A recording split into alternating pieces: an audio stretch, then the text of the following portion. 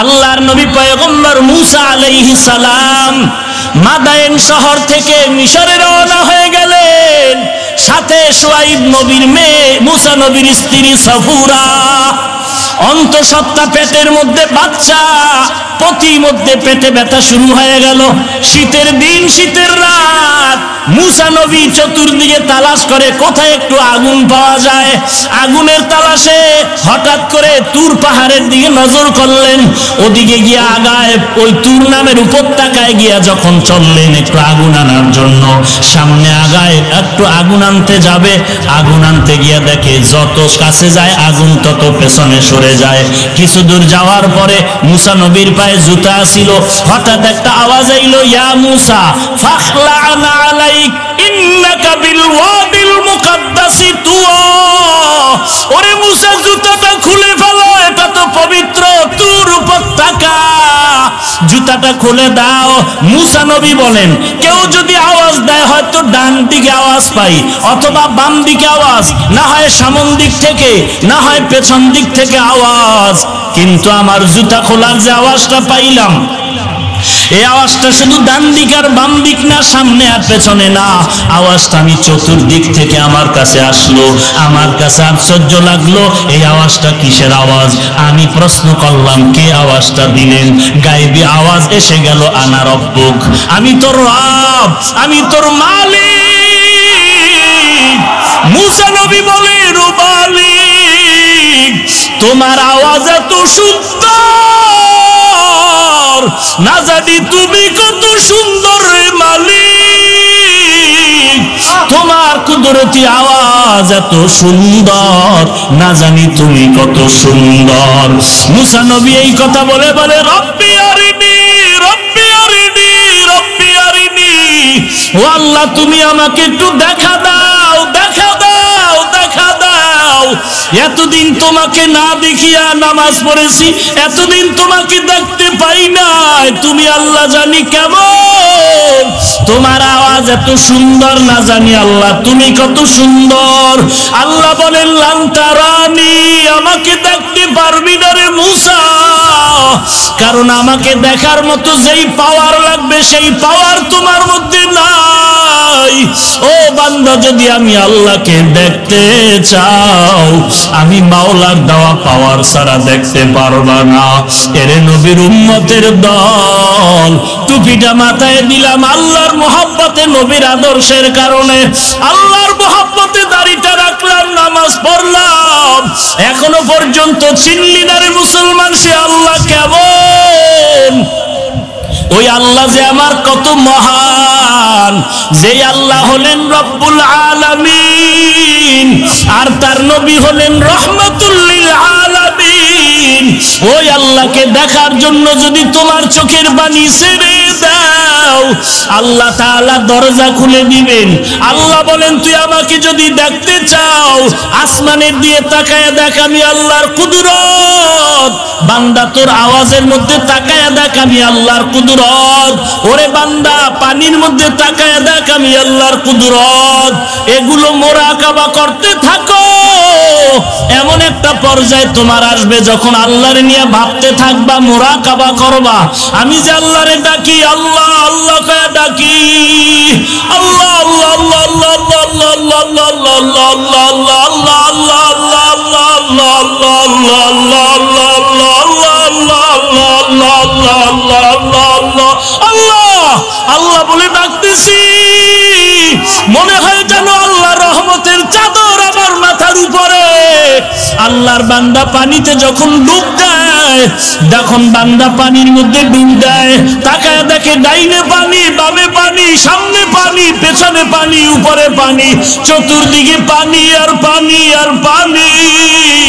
যেই বান্দা আল্লাহর মুহাব্বতের রহমতের দরিয়ায় আগাইতে থাকে, আল্লাহর মারেফতের চাদরের মধ্যে ডুব দেয়, ওই বান্দার এমন অবস্থা হয়, ডানে তাকায় আমার আল্লাহ, বামে তাকায় আমার আল্লাহ, সামনে আমার আল্লাহ, পেছনে আমার আল্লাহ, চতুর্দিকে আমার আল্লাহর কুদরতের নিশানটা দেয়।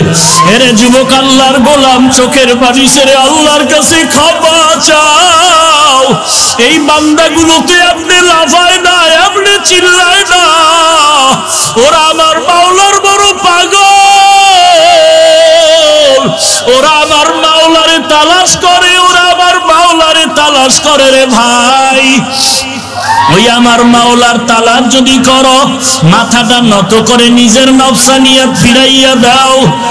আমি বলি আমার ঘর, আমার বাড়ি, আমার টাকা, আমার খানা, আমার ছেলে, আমার মেয়ে, আমার গাড়ি, আসলে আমার কিছুই না।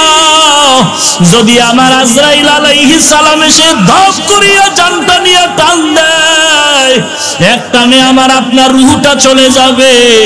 আমার বাড়ি নাই, গাড়ি নাই, কিচ্ছু না মনে করছিলাম আমার বাড়ি, আমার গাড়ি, আমার টাকা, আমার পয়সা, আমার ছেলে, আমার মেয়ে। এখন দেখি না আমার জামা কাপড় খুলিয়া সবাই তিনখানা সাদা কাপড়ের প্যাকেট বানাইয়া ওই বাঁশবাগানের কবরস্থানে নিয়ে সবাই হাজির। অন্ধকার কবরে মাটির মধ্যে রাখার পরে কেউ আমার খোঁজ নেয় না। ওরে আল্লাহর বান্দা, চোখের পানি ছেড়ে কান্না করো মালিক। তোমার মারেফত, তোমার পরিচয় না নিয়ে কবরে যাব না। তোমার মারেফত দ্বারা সিনাটা ভরপুর করে দাও। ও আল্লাহ, হেদায়েতের নূর সিনায় দান করো। এরে যুবক, আল্লাহর কাছে ক্ষমা চাও, দুনিয়াটা কিছুই না। দেখো ডানে বামে তাকায়া কোন বান্দার চোখে পানি, পারলে হাতটা বাড়াইয়া দোয়া নাও।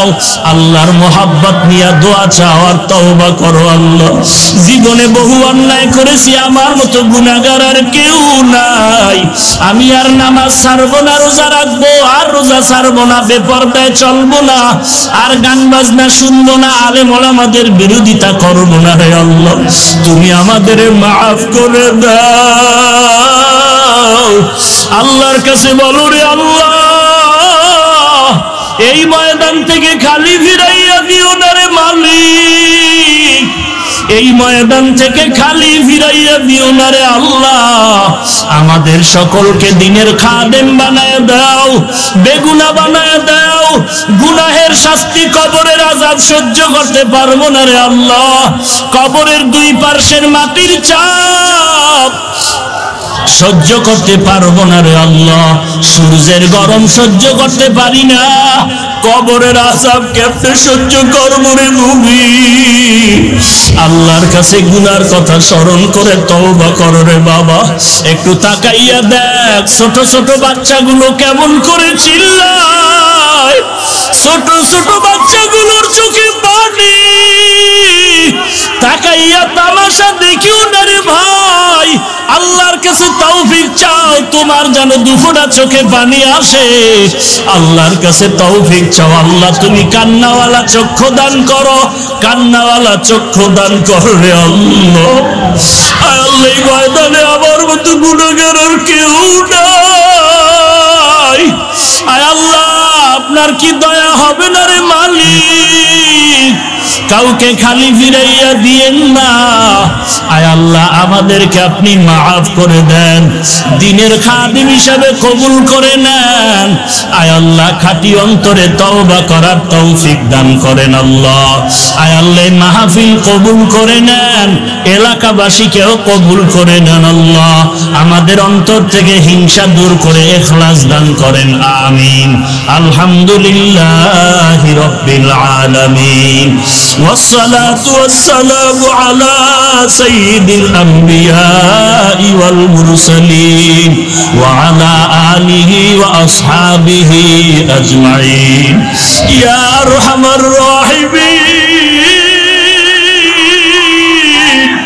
يا أرحم الراحمين يا أرحم الراحمين رب ارحمهما كما ربياني صغيرا رب ارحمهما كما ربياني صغيرا رب ارحمهما কামা রাব্বায়ানি সগীরা।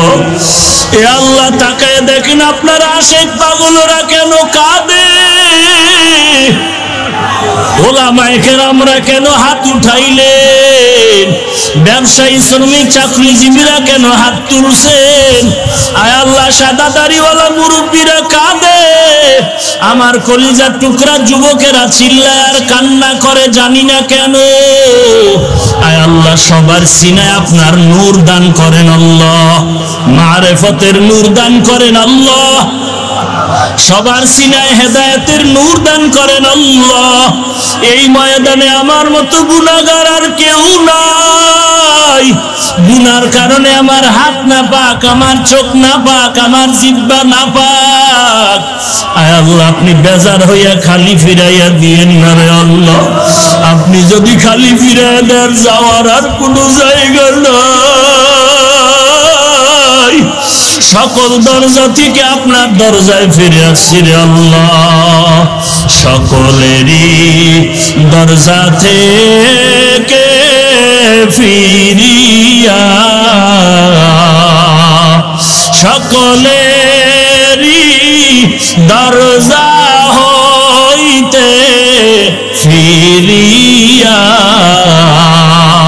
আপনার দরজায় রইলাম তাকাইয়া, তওবা করে আবার তওবা ভাঙ্গিলাম,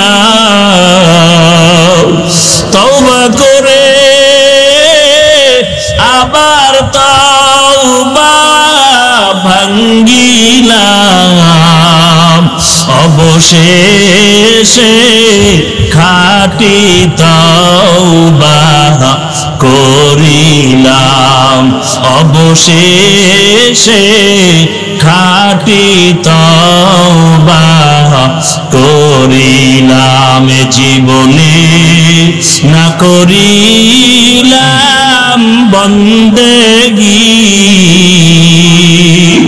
এ জীবনে না করিলাম বন্দেগী, গুনাহ করে কাটাইলাম জিন্দেগি, গুনাহ করে কাটাইলাম জিন্দেগি। আয় আল্লাহ তাকায় দেখেন কে গুনার বোঝা মাথায় নিয়ে হাজির, গুনাহগার বলে ফিরাইয়া দিয়েন না রে আল্লাহ। আপনি যদি আমাদের ফিরাইয়া দেন, গফফার নামটা কেন রাখলেন, রহমান নামটা কেন রাখলেন? ও আল্লাহ আমরা আপনার আদরের নবীর উম্মত, নবীজির মহব্বতে আমাদের মাফ করে দেন। আয় আল্লাহ 5 ওয়াক্ত নামাজি বানায় দেন, নবীজির সুন্নাত ওয়ালা আমলি বানায় দেন। ওয়াল্লাযীনা জাহাদু ফীনা লানাহদিয়ান্নাহুম সুবুলানা, ওয়াল্লাযীনা জাহাদু ফীনা লানাহদিয়ান্নাহুম সুবুলানা ওয়া ইন্নাল্লাহা লামাআল মুহসিনিন।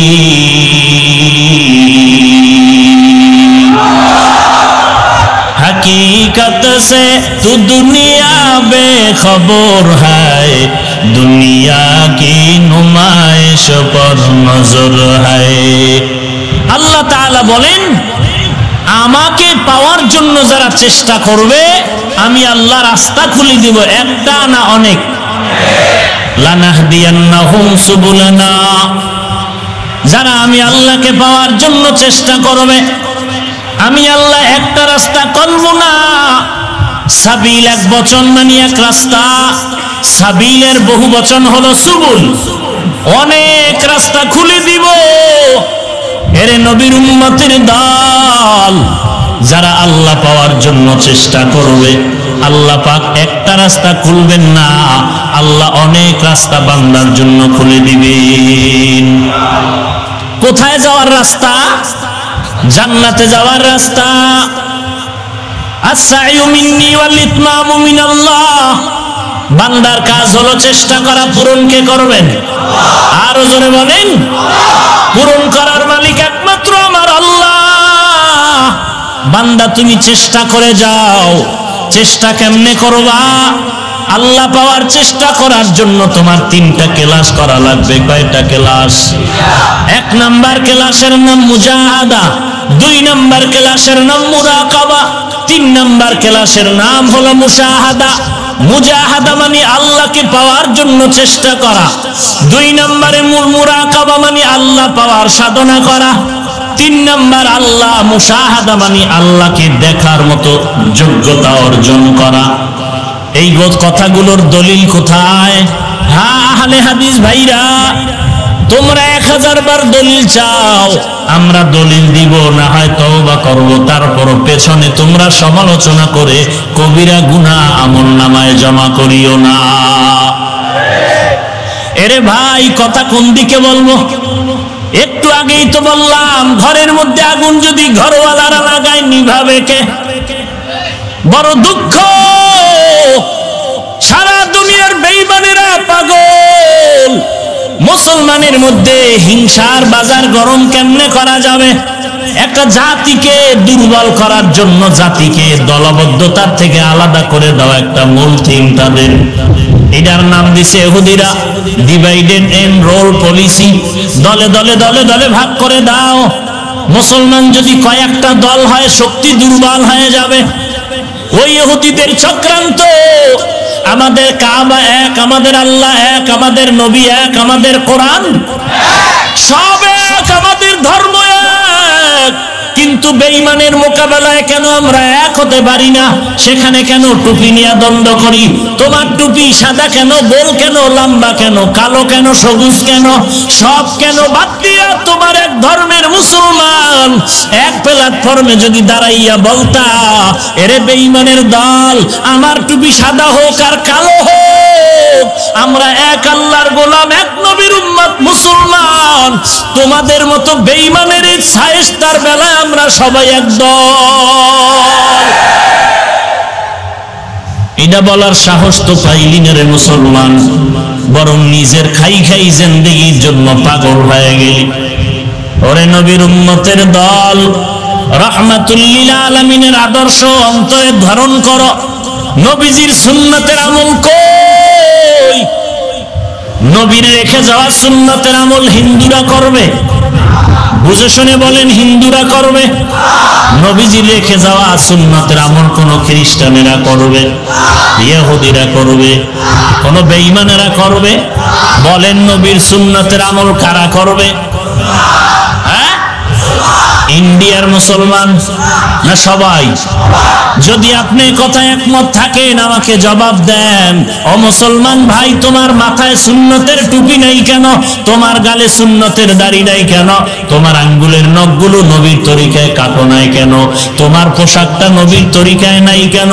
তুমি দাবি করো মুসলমানেরা নবীর সুন্নতের আমল করবে, তুমি যদি ইশারা দিয়ে বলো এগুলো আমরা পারবো না, আলেম ওলামারা করবে, দেওবন্দিরা করবে, কওমিওয়ালারা করবে, চরমনেওয়ালারা করবে, তাবলীগওয়ালারা করবে, আমাদের কোনো ভয় নাই ইনশাআল্লাহ, তাহলে আমরা দাবি করব নবীর সুন্নাত যদি আমরা আমল করি তাহলে আমরা নবীর কাছের বড় আশিক, ইনশাআল্লাহ আমরাই জান্নাতে সবার আগে যাব।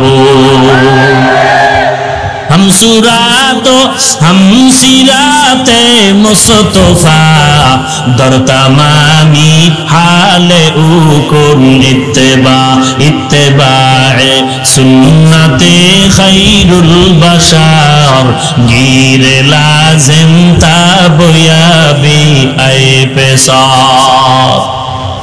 খারাপ লাগতেছে? লাগলেও কি কেউ বলবে মার খাওয়ার ভয়ে? আল্লাহ সবাইকে হেদায়েত দান করুন। কেউ ফাঁকে ফাঁকে উঠতে যায়, যাইবেন কই? চতুর্দিকেই তো আসমান, যাওয়ার জায়গা আছে? মরণ থেকে যতই পালাও মরণ তোমায় নিবে ঘিরি, যদিও সুদূর আকাশ পানে লুকাও সেথায় লাগিয়ে সিঁড়ি, নদী পথে নৌকা চালাও ও মাঝি ভাই, বেলা ডোবার আগে আমি উপার উঠতে চাই, ডুবে গেলে বেলা রে আর উঠে না, ভেঙে গেলে মেলার আর জমে না। পালানো যাবে? এ দুনিয়া সারিয়া কোথায় যাবি ভাগিয়া, এ দুনিয়া সারিয়া কোথায় যাইবা ভাগিয়া, মরণ তোমায় লইবে ঘিরি যতই করো বাহানা, মরণ তোমায় লইবে ঘিরি যতই করো বাহানা। চিন্তা করে দেখো না কবরে কি যাইবা না, যেই কবরে আল্লাহ সারা বন্ধু কেহ থাকবে না, যেই কবরে আল্লাহ সারা বন্ধু কেহ থাকবে না। চিন্তা করে দেখো না কবরে কি যাইবা না, চিন্তা করে দেখো না কবরে কি যাইবা না।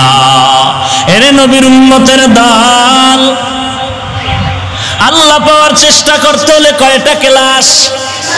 1 নম্বরে মুজাহাদা, 2 নম্বরে মুরাকাবা, 3 নম্বরে মুশাহাদা। মুজাহাদার দলিল হলো আমি যে আয়াত পড়লাম, তিনটার দলিল এই একটা আয়াত, ওয়াল্লাযীনা জাহাদু ফীনা লানাহদিয়ান্নাহুম সুবুলানা। এ হলো একটার জবাব, মুজাহাদার দলিল। বাকি রইল 2টা, মুরাকাবা আর মুশাহাদা। এই দুটোটার দলিল ইশারাতান আছে বাকি অংশে, ওয়া ইন্নাল্লাহা লামাআল মুহসিনিন।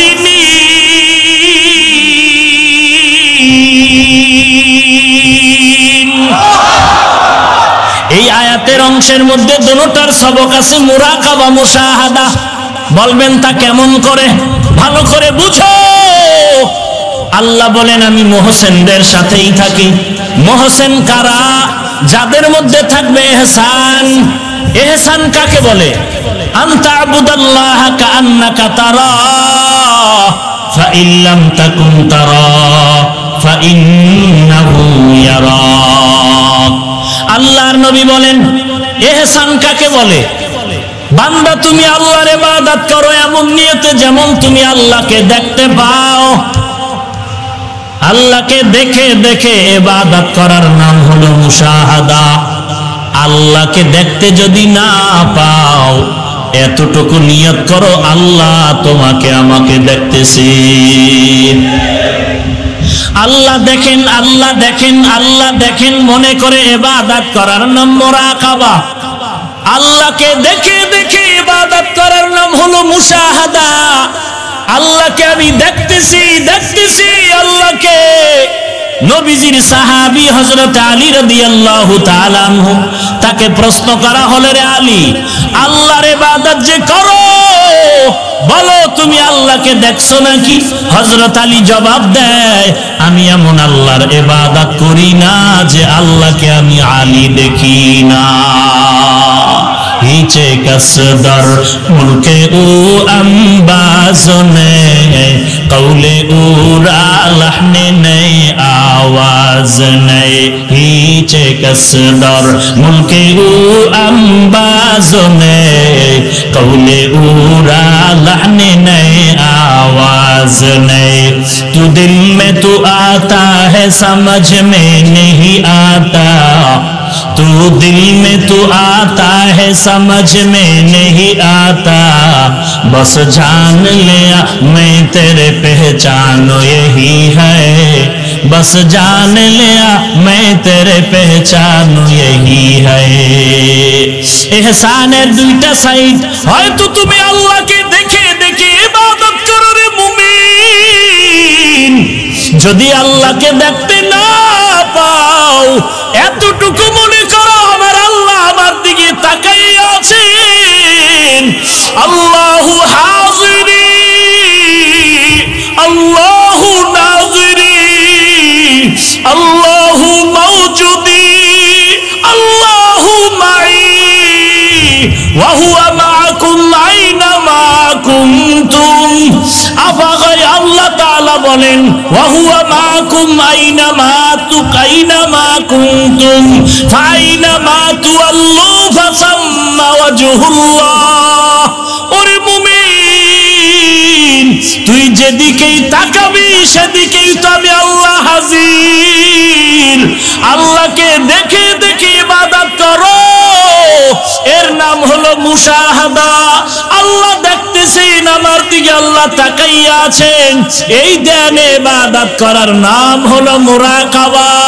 যারা এই মুরাকাবা করে, মুশাহাদা করে, তাদের হালাতটা একটু আলাদা হয়ে যায়। আশিকারা মিল্লাত মাযহাব জুদাস, আশিকারা মিল্লাত মাযহাব খুদাস, ইশকে আশো লস্তে কোচু বরফরু, हर से जुज माशूक बाकी जुमला सूख, हर तमन्ना दिल से रुखसत हो गई, अब तू आजा अब तू खिलवत हो गई, जन्नतो दो ज़ुख से यारा वो क्या करो, आरज़ू है मैं तुझे देखा करो, या इलाही तू मेरा माबूद है, या इलाही तू मेरा माशूक है।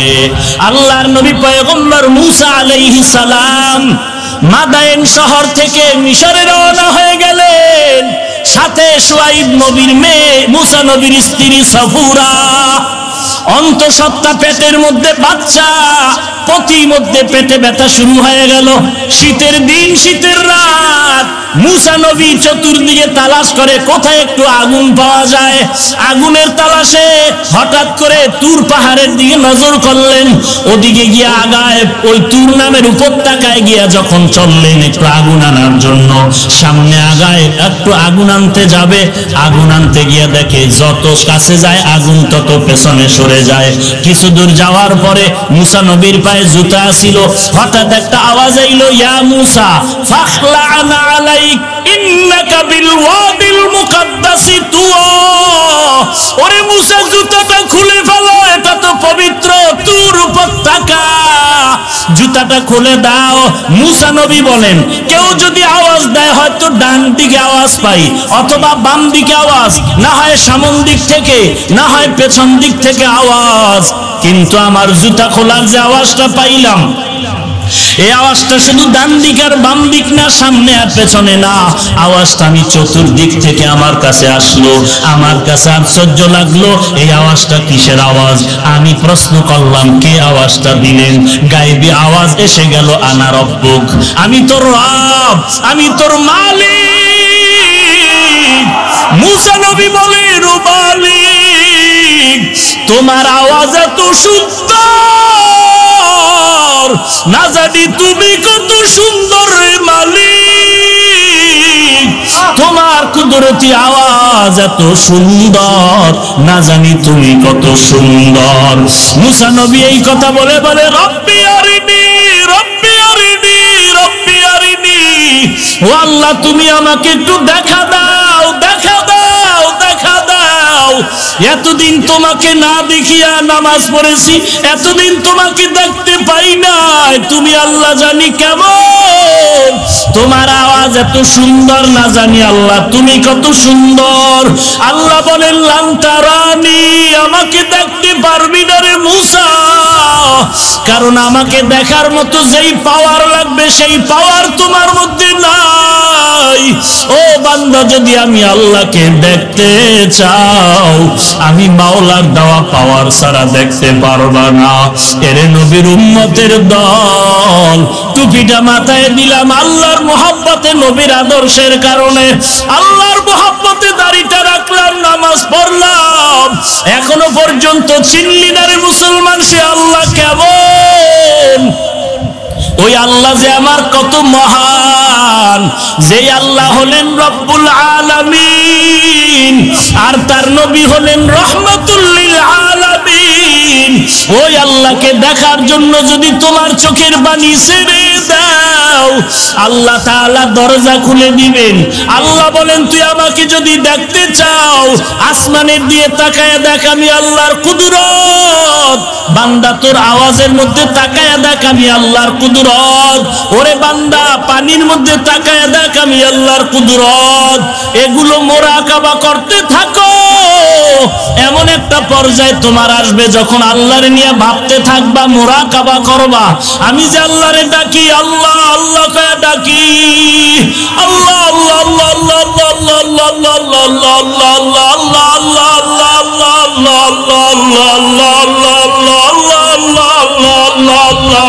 আল্লাহ আল্লাহ আল্লাহ বলে ডাকতেছি, মনে হয় যেন আল্লাহ রহমতের চাদর আমার মাথার উপরে। আল্লাহর বান্দা পানিতে যখন ডুব দেয়, যখন বান্দা পানির মধ্যে ডুব দেয়, তাকায় দেখে ডাইনে পানি, বামে পানি, সামনে পানি, পেছনে পানি, উপরে পানি, চতুর্দিকে পানি আর পানি আর পানি। যেই বান্দা আল্লাহর মুহাব্বতের রহমতের দরিয়ায় আগাইতে থাকে, আল্লাহর মারেফতের চাদরের মধ্যে ডুব দেয়, ওই বান্দার এমন অবস্থা হয়, ডানে তাকায় আমার আল্লাহ, বামে তাকায় আমার আল্লাহ, সামনে আমার আল্লাহ, পেছনে আমার আল্লাহ, চতুর্দিকে আমার আল্লাহর কুদরতের নিশানটা দেয়। এরে যুবক আল্লাহর গোলাম, চোখের পানি ছেড়ে আল্লাহর কাছে ক্ষমা চাও। এই বান্দাগুলোতে আপনি লাফায় না, আপনি চিল্লায় না, ওরা আমার মাওলার বড় পাগল, ওরা আমার মাওলারে তালাশ করে, ওরা আমার মাওলারে তালাশ করে রে ভাই। ওই আমার মাওলার তালাশ যদি করো, মাথাটা নত করে নিজের নফসানিয়াত ফিরাইয়া দাও। আমি বলি আমার ঘর, আমার বাড়ি, আমার টাকা, আমার খানা, আমার ছেলে, আমার মেয়ে, আমার গাড়ি, আসলে আমার কিছুই না। যদি আমার আজরাইল আলাইহিস সালাম এসে ধপ করিয়া জানটা নিয়ে টান দেয়, এক টানে আমার আপনার রুহটা চলে যাবে। আমার বাড়ি নাই, গাড়ি নাই, কিচ্ছু না, মনে করছিলাম আমার বাড়ি, আমার গাড়ি, আমার টাকা, আমার পয়সা, আমার ছেলে, আমার মেয়ে। এখন দেখি না আমার জামা কাপড় খুলিয়া সবাই তিনখানা সাদা কাপড়ের প্যাকেট বানাইয়া ওই বাঁশবাগানের কবরস্থানে নিয়ে সবাই হাজির। অন্ধকার কবরে মাটির মধ্যে রাখার পরে কেউ আমার খোঁজ নেয় না। ওরে আল্লাহর বান্দা, চোখের পানি ছেড়ে কান্না করো মালিক। তোমার মারেফত, তোমার পরিচয় না নিয়ে কবরে যাব না। তোমার মারেফত দ্বারা সিনাটা ভরপুর করে দাও। ও আল্লাহ, হেদায়েতের নূর সিনায় দান করো। এর যুবক আল্লাহর কাছে ক্ষমা চাও, দুনিয়াটা কিছুই না।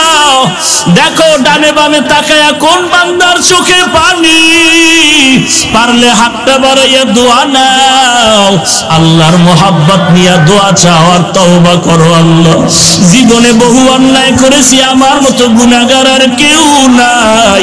আমি আর নামাজ ছাড়বো না, রোজা রাখবো আর রোজা ছাড়বো না, বেপরদায় চলবো না, আর গান বাজনা শুনবো না, আলেম ওলামাদের বিরোধিতা করবো না। রে আল্লাহ, তুমি আমাদের মাফ করে দাও।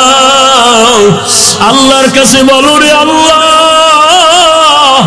এই ময়দান থেকে খালি ফিরাইয়া দিও না রে মালিক, এই ময়দান থেকে খালি ফিরাইয়া দিও না রে আল্লাহ। আমাদের সকলকে দিনের খাদেম বানায় দাও, বেগুনা বানায় দাও। গুনাহের শাস্তি, কবরের আযাব সহ্য করতে পারবো না রে আল্লাহ। কবরের দুই পার্শ্বের মাটির চাপ সহ্য করতে পারবো না রে আল্লাহ। সূর্যের গরম সহ্য করতে পারি না, কবরের আযাব কেমনে সহ্য করবো রে নবী। আল্লাহর কাছে গুনার কথা স্মরণ করে তওবা করো রে বাবা। একটু তাকাইয়া দেখ, ছোট ছোট বাচ্চাগুলো কেমন করে চিল্লায়, ছোট ছোট বাচ্চাগুলোর চোখে পানি। তাকাইয়া তামাশা দেখিও না রে ভাই। আল্লাহর কাছে তৌফিক চাও, তোমার যেন দুফোঁটা চোখে পানি আসে। আল্লাহর কাছে তৌফিক চাও। আল্লাহ, তুমি কান্নাওয়ালা চক্ষু দান করো, কান্নাওয়ালা চক্ষু দান করো রে আল্লাহ। আল্লাহ, এই ময়দানে আমার মতো গুনাহগার আর কেউ নাই। আয় আল্লাহ, আপনার কি দয়া হবে না রে মালিক?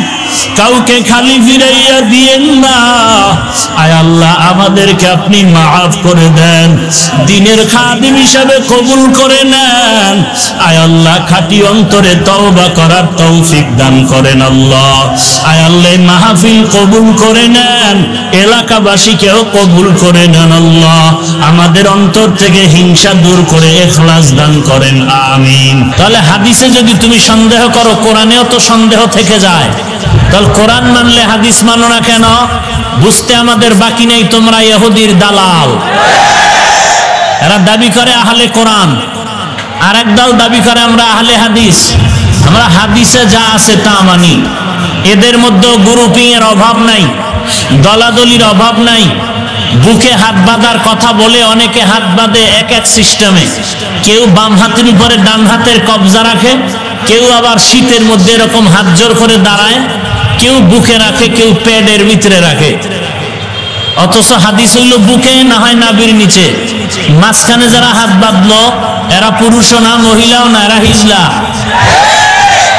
প্যাডে হাত বাঁধার হাদিস আসেনি? কথা বলেন না কেন? হাত বাঁধবে হয়তো বুকে, না হয় নাভির নিচে। যারা প্যাডে বাঁধে এইভাবে ছেড়ে দিল, এ আমার এনে লঙ্গি, নাভির একটু উপরে, বুকের একটু নিচে, এইভাবে। বুকে বাঁধলে কিন্তু এইভাবে বাঁধতে হবে, কারণ যারা এইরকম ধরে আর এইভাবে বাংলার সিনা স্বাভাবিক থাকবে, বাস বুকের উপরে বাঁধলাম। কথা বুঝাইতে পারি নাই? আর যারা নাভির নিচে বাঁধবে, এই বাম হাতের উপরে ডান হাতটা ছেড়ে দিয়ে নাভির নিচে ফালায় দিবে। আর নাভির নিচে ফেলতে গেলে একটু মাথাটা নত করতে হবে। এটাই ইবাদতের নিয়ম। মাথা নত করে আল্লাহর কাছে তুমি আরজি পেশ করো, মাথা টাইট করে নয়। এখন যারা এইভাবে হাত বাঁধে, হাদিস শরীফে আছে বাম হাতের উপরে ডান হাত রেখে দাও। বাম হাতের উপরে হাত বলতে কবজা, এই যে কবজাটা আছে এখানে। যারা হাতের এটারে কি কয়, বাহু না কনি? কনির উপরে হাত বাঁধার কোনো নিয়ম নাই। তো এখন যদি বুকের উপরে কেউ এইভাবে বাঁধতে চায়, তাহলে তার এইভাবে করতে হবে। তো এটা একটা কষ্ট। মোটামুটি বিচারকের ফয়সালা ছাড়া একটা রিমান্ড। কথা ঠিক না? এরপরে নুইতে পারবে না, ঘাড় ব্যথা হয়ে যাবে। তাহলে এই আহলে হাদিসরাও গ্রুপিং এর শেষ নাই। হাত বাঁধবে হয়তো বুকে, না হয় নাভিতে। যারা ফেডে বাঁধে এরা নারীও না, পুরুষ না, মাঝখানে কি এটা আপনারা জানেন। আল্লাহ হেদায়াত দান করুন। আমরা কি এটাও জানা দরকার। আমরা কিতাবও মানি, ব্যক্তিও। আমরা রসুল মানি, রসুলের আদর্শ। আমরা রসুল মানি, রসুলের কাছে আনিত আল্লাহর প্রেরিত কিতাবও মানি।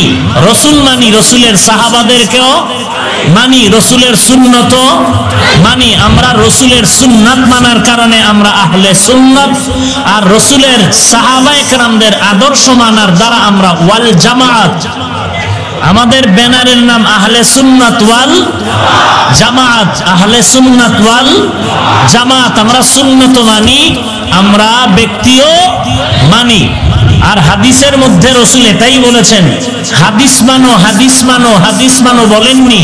নবী বারবার বলেছেন, তারাকতু ফীকুম আমরাইন লান তাদিল্লু মা তামাসসাকতুম বিহিমা, কিতাবাল্লাহ ওয়া সুন্নাত রাসূলি।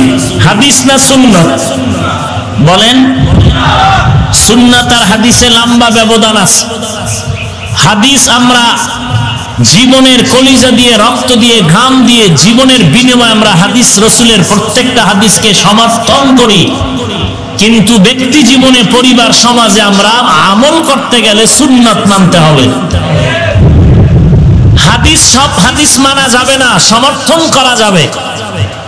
হাদিস আমল করা আর সমর্থন কি এক নাকি? হাদিস সমর্থন করা যাবে, মানা যাবে না। যেমন হাদিসে আছে রসুল 9টা বিবাহ করেছেন, কেউ মানতে পারবে? কথা বলেন না কেন? মানলে কি সওয়াব না গুনাহ? হালাল না হারাম? তাহলে আমরা হাদিস সমর্থন করতে পারি, মানবো সুন্নাত। কেমনে? বলে রসুল বিবাহ করেছেন 9টা, আর সুন্নতের অনুকূলে মানতে বলেছেন 4টা। কয়টা? 4টা বিবাহ নবীর সুন্নত, 9 বিবাহ নবীর হাদিস। মানবো কোনটা? হাদিস না সুন্নাত? 9টা বিবাহ সুন্নাত না হাদিস? আর 4 বিয়া মুসলমান করবে হাদিস না সুন্নাত? মানবে কি হাদিস না সুন্নাত? সুন্নাত মানলে আহলে সুন্নাত হয়। আবার এই দেশে আহলে সুন্নাত ওয়াল জামাত নামে কিছু টাটকা বাটপারও আছে। মাথায় নবীর সুন্নাত নাই, দাবি করে সুন্নি। গালে নবীর সুন্নাতের দাড়ি নেই, দাবি করে সুন্নি। এরা সুন্নি নামের তাজা বাটপার। পুরান না নতুন তাজা? এরা কি তাজা না পুরান? তাজা বাটপার। এরা আবার চাপার জোরে বলে এরা আমরা নবীকে মানি না। কেন? দাঁড়াইয়া ইয়া নবী সালামু আলাইকা বলি না, এই জন্য। এইটা বলে নবী না মানা হয়। অথচ মিশকাত শরীফের স্পষ্ট হাদিস, রাসূলের 10 বছরের খাদেম আনাস রাদিয়াল্লাহু তাআলা আনহু বলেন, নবীকে সম্মান কিভাবে করতে হয় 10 বছর রাসূলের খেদমত করে আমরা যতটুকু উপলব্ধি করতে পেরেছি, নবীর সম্মানের ব্যাপারে পৃথিবীর আর কেউ উপলব্ধি করতে পারেনি।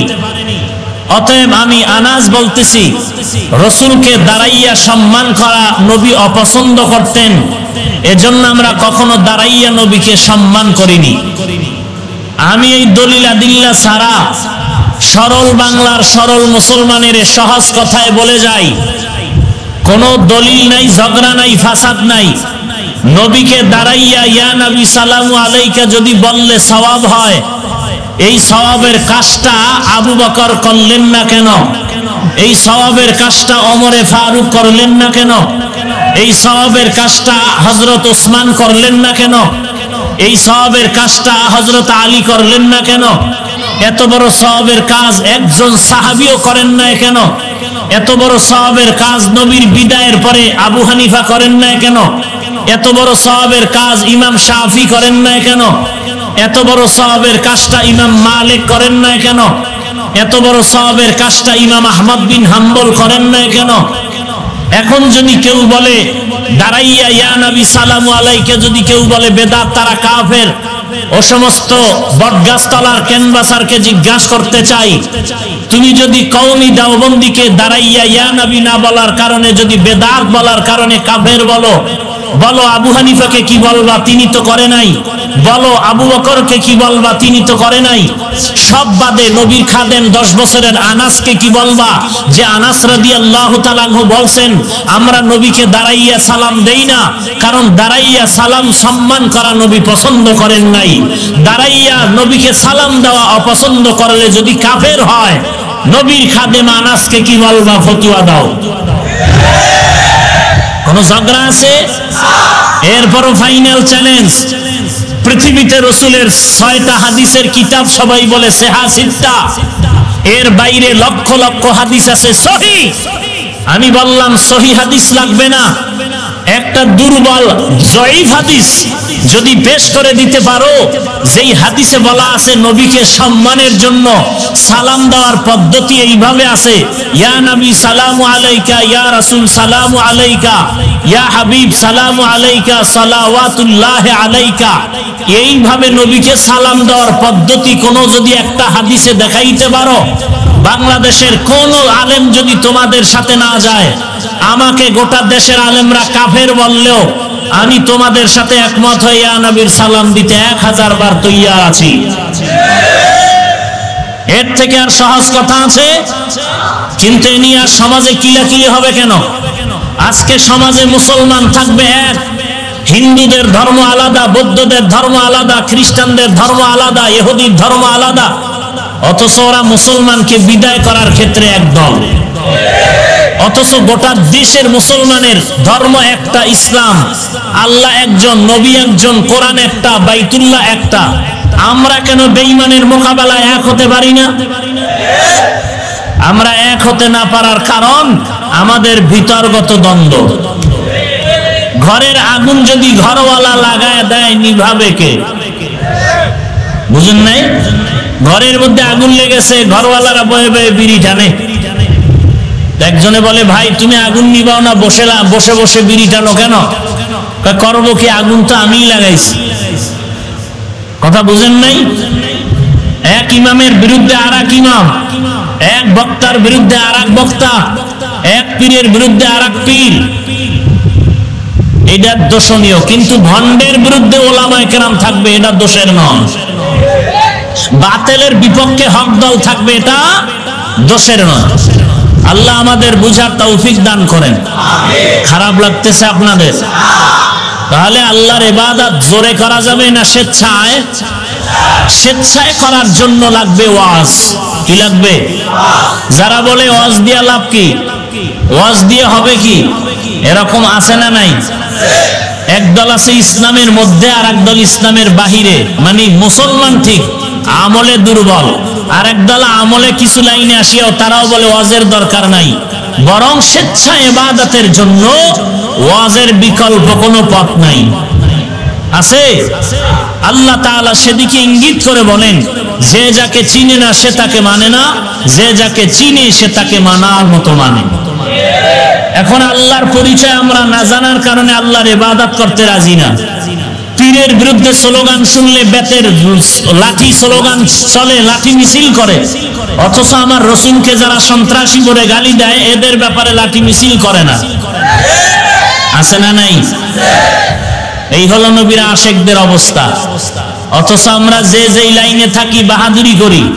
আমগো দুনিয়াতে আগমন কিন্তু একই কালারে হয়েছে, সবাই এক হালাতে আসছিলাম। ল্যাংটা নাকি আপনাদের পীর সাহেব লঙ্গি পরে আসছে? কথা বলেন না কেন? দুনিয়াতে আসছি সবাই একই হালাতে, যাব মৃত্যুকালে। পুরুষের কাপড় কয়টা? কথা বলেন না কেন? কালার লাল, সবুজ, কালো, সাদা, সবার। পীর সাহেবেরটা আলাদা, মুরিদেরটা আলাদা। পীর সাহেবের একটা বেশি, গরিব রিক্সার ড্রাইভারের একটা কম। কালার, কালার কি? সাদা। তো সবার কালার যদি সাদা হয়, সামান্য সময় বাটপারি করে সবুজ আর নীল নিয়ে কালো নিয়ে দ্বন্দ্ব করো কেন? আছে না নাই? সাদা টুপি দিলা কেন, কালাটা দাও না কেন? দ্বন্দ্ব করেনি? সবুজ পাগড়ি আর সবুজ টুপি কেন পরো নাই, নিয়ে দ্বন্দ্ব করেনি? তাহলে সবুজ যদি তোমার কপাল কলিজার আপন হয়, মরণকালে তোমার কাপনটা সবুজ কালারে দিয়া যাও। তোমার কালো নিয়ে যদি অ্যালার্জি থাকে, তাহলে মরণকালে তোমার কাফনটা কালো কালারে দিয়া যাও। সেখানে দ্বন্দ্ব নাই, এখানে দ্বন্দ্ব কেন রে বাটপার? আসেনি এমন বাটপার? তাসকল্লি টুপি মাথায় দিলাম, ডক্টর, আল্লামা, শায়েখ। কি বুঝলেন? সাধারণ না টাইট? হ্যাঁ বলে পাঁচকল্লি টুপি বাথরুমের টিস্যু। নাউজুবিল্লাহ, দালালির গন্ধ আসে। জোরে বলেন। পাঁচকল্লি টুপি বাথরুমের টিস্যু, এটা কোন আলেম বলতে পারে? আলেম তো শুধু না, ডক্টর, আল্লামা, শায়েখ, এ কয় পাঁচকল্লি টুপি বাথরুমের টিস্যু। আমরা কি অন্যদের টুপিকে গালি দিয়েছি? তুমি আমার টুপিকে গালি দাও কেন? আমরা কওমিতে পড়েছি, কোনদিন আলিয়ার বিরুদ্ধে বলেছি? স্কুল কলেজ ভার্সিটির বিরুদ্ধে বলেছি? তুমি কওমিয়ার বিরুদ্ধে বলো কেন? ও ফজরের আগে কওমি মাদ্রাসার মাদানীনগরের ছাত্ররা বিড়ি টানে। হ্যাঁ, কি টানে আর কি করে যদি দেখতে চাও, ফজরের আজানের 1 ঘন্টা আগে মাদানীনগর মাদ্রাসার দেওয়ালে কান লাগাও, দেখবা শুধু কান্নার আওয়াজ আর কোরআন তেলাওয়াতের আওয়াজ। ঠিক কি না বলো? এদের বিরুদ্ধে যারা ষড়যন্ত্র করে, অবশ্যই তারা মুসলমানদের বিপক্ষের লাইনের মানুষ। আল্লাহ হেদায়েত দান করুন। আমরা আসছি সমান, যাব সমান, কবরের মাপও কি? কারোটা 10 হাত না সমান? সমান। কবরে গেলে প্রশ্ন কয়টা?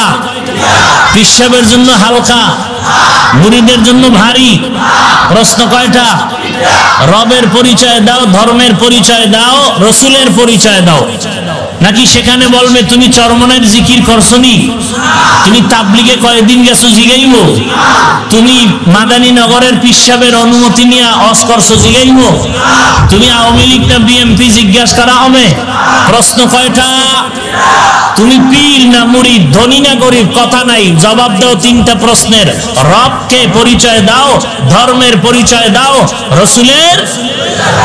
হकीकत से तो दुनिया बेखबर है, दुनिया की नुमाइश पर नजर है, नमी गोयाम के आज दुनिया जुदा बाश, बाहर कारे के बाशी बा खुदा बाश, चिस्ते दुनिया आज खुदा गाफिल बुदायम, नए कमाशून करा हो फर जिंदजान, आबदर कश्ती हलाके कश्तियास्त, आबो अंदर जीर कश्ती पुश्तियास्त। আল্লাহর পরিচয়টা যখন এসে যাবে রে বান্দা, তখন তোমাকে বেশি বয়ানের দরকার নাই, তখন তুমি অনায়াসী নামাজের জন্য পাগল হয়ে মসজিদের দিকে দৌড়াবে। আল্লাহর পরিচয়টা যখন এসে যাবে, তখন তোমাকে বেশি বয়ানের দরকার হবে না, তুমি আজানের আগে মসজিদে যাওয়ার জন্য পাগল পারা হয়ে থাকবে। আজকে এত বয়ান করা হয়, জুমার দিনের খতিব সাহেবের বয়ান, তাবলিগওয়ালাদের বয়ান, পীর সাহেবদের বয়ান, বক্তাদের দৈনন্দিন 4-5 জনে কি প্যান্ডেলে বয়ান। এরপর মানুষ মুসলমান কেন দাড়িটা লম্বা করে না, নামাজ পড়ে না, পর্দা করে না, হালাল খায় না, সন্তানটারে কেন আদর্শওয়ালা বানায় না? এর একমাত্র কারণ আল্লাহর পরিচয় নাই, পরকালের জাহান্নামের ভয় নাই। हकीकत से तू दुनिया बेखबर है, दुनिया की नुमाइश पर नजर है, नमी गोयम के आज दुनिया जुदा बाश, बाहर गारे के बाशी बा खुदा बाश। सूरा আনকাবুতের 69 নম্বর আয়াত। কত নাম্বার? কথা কোন সবাই? পিছনে বাস দেওয়া খুব মোহাব্বত করেন না, সামনে কথা বলতে বুকটা কাঁপে না? তা তুমি যে কাপুরুষ তোমার মায় জানেনি? এই নেমো খারাম, তুমি যে সামনে বয়ে কথা বলতে পারো না, পিছনে গেলেই বয়ানের শেষ হওয়ার আগে ফেসবুক গরম করো তোমার গজবের আঙ্গুলটা দিয়া, গজবের মোবাইলে। তুমি যে তার সেরা, তুমি যে কাপুরুষ তোমার বাবায় জানেনি? তুমি কাপুরুষ না হইলে তো হাটহাজারীর হুজুরের বিরুদ্ধে লিখতে পারো না। তুমি তার সেরা কাপুরুষ না হইলে তো তাবলিগের বিরুদ্ধে লিখতে পারো না। তুমি তার সেরা কাপুরুষ না হইলে তো চরমনাইয়ের বিরুদ্ধে লিখতে পারো না। সামনে কথা বলো। স্টেজে 13 জন মানুষ নিয়ে 30টা মাইক লাগাইয়া রাত 12টার পরে হুঙ্কার, কাফের কাফের কাফের বলে। আমি যে কাফের বললাম এজন্য 13 মণ ওজনের কিতাব বাসায় আর 3 মণেরটা নিয়ে এসেছি। স্টেজে শত শত কিতাব বাহাদুরি করে সাজাইয়া সাজাইয়া কিতাব দেখায়, দেখেন এই হাদিসের কিতাব। আপনারা যারা এখানে আসছেন অন্যান্য মজলিস থেকে, এই মজলিসে কিছু উলামায়ে কেরাম তালিবুল ইলম বেশি। স্বাভাবিক সচরাচর মাহফিলে যারা বসেন, আমি কোরআনের আয়াত পড়লাম, হাদিস পড়লাম, আপনারা কি বিশ্বাস করেন না? এরপরে যদি আমি কোরআনটা খুইলা দেখাই, এই কোরআনের এত পৃষ্ঠা এই আয়াত দেখাইলেও কি বুঝবেন কচু? কথা বলেন না কেন? হাদিসের কিতাব খুলে যদি দেখাই, বুখারী শরীফের এত নাম্বার পৃষ্ঠার এত নাম্বার হাদিস, এগুলো খুলিয়া দেখাইলে বুঝবেন কচু? তাহলে আপনাদের সামনে কিতাব নিয়ে বাহাদুরি কেমন? মাছ বাজারে স্বর্ণের দোকানদারি যেমন, মাছ বাজারে স্বর্ণের কিতাব নিয়ে যদি কোনো বাহাদুরি থাকে, মাদানী নগরের মাদ্রাসার অফিসে চলে আসো, সেখানে কিতাব ওয়ালারা কিতাব নিয়ে বসে আছে, সেখানে আসো। বটগাছ তলায় বসে চেঁচামেচি করো কেন? তোমাদেরকে জাতি চিনতে বাকি নেই, তোমরা টাটকা ধোঁকাবাজ। এলেমের বাহাদুরি বটগাছ তলা, তাও কি ঢাকার মধ্যে গ্রামে হইলে তো বোঝা যাইতো নিরিবিল। ঢাকার মতো বটগাছ তলায় কি কিতাবি এলেমের বাহাদুরি চলে না ক্যানভাসারি চলে? এরা সব দুনিয়ার লাইনের ঔষধ বিক্রি করার মতো ক্যানভাসার, ঠিক কিনা বলো? আল্লাহ হেদায়াত দান করুন। এত অপরাধ করে, এত গালি দেয়, আমরা কি একটাও দিতে পারি না? কি বলেন, পারি না? দেই না কেন? নবীজির আদর্শে গালি দেওয়া হারাম। এমনকি নবী তারা মানে না আমরা মানি? কথা বলেন। তাহলে সুন্নি আমরা হব না তারা? এরপরও যদি আমগো কয় ওয়াহাবি, আমরা তাদেরকে বলবো তোমরা লাহাবি। যদি বলে আমাদেরকে তোমরা ওয়াহাবি, আমরা বলবো তোমরা লাহাবি। ওয়াহাবি মানি ওয়াহাব নামের অনুসারী, লাহাবি মানি আবু লাহাবের অনুসারী। আব্দুল ওয়াহাব আল্লাহর বান্দা, আর ওয়াহাবি যখন বলে, ওয়াহাব শব্দটা আল্লাহর গুণবাচক নাম। তাহলে আমরা মাইনাসে আছি না প্লাসে আছি? আর যারা লাহাবি তারা প্লাস না মাইনাস? আবু লাহাবের যেই পরিণতি তাদেরও। তবে আমরা বরদোয়া করি না, দোয়া করি আল্লাহ হেদায়াত দান করেন। আরো জোরে বলেন, আল্লাহ হেদায়াত দান করুন। রাগ করতেছেন? আল্লাহর পরিচয়টা দেওয়ার জন্য সূরা আনকাবুতের কত নাম্বার আয়াত বললাম? আচ্ছা, নাম্বার যদি ভুলই বইলা ফেলাই তাহলে মিথ্যা হয়ে যাবে আয়াত। হ্যাঁ, নাম্বারটা ভুল, তেলাওয়াত করছি শুদ্ধ করে, অর্থ বললাম শুদ্ধ। এখন নাম্বার ভুল বলার কারণে কি আয়াতটা মিথ্যা হয়ে যাবে? বলেন। আমাদের আহলে হক একজন আলোচক কোথাও কোন এক মাহফিলে সূরা বাকারার এক আয়াতের বয়ান করলেন, আয়াত তেলাওয়াত করলেন শুদ্ধ করে, ব্যাখ্যা করলেন বিশুদ্ধভাবে, শুধু নাম্বারটা বলেছেন ভুল। এই কারণে মুনাফিকেরা কি না লাফান লাফাইল। এরকম কোন মুরগিও লাফায় না, ব্যাঙও লাফায় না, শুধু নাম্বারটা ভুল করার কারণে এমন লাফান লাফাইল। আয়াতটার নাম্বার ভুল, তেলাওয়াত ঠিক আছে, অর্থ ঠিক আছে, ব্যাখ্যা ঠিক আছে। এবার তাদেরকে যদি প্রশ্ন করি, নাম্বার ভুল পড়ার কারণে তুমি কেন তাকে গালি দাও? রসুল কি নাম্বার বইলা বইলা ওয়াজ করছেন? কথা বলেন। সাহাবায়ে কেরাম কি আয়াত নাম্বার বলে বলে ওয়াজ করছেন?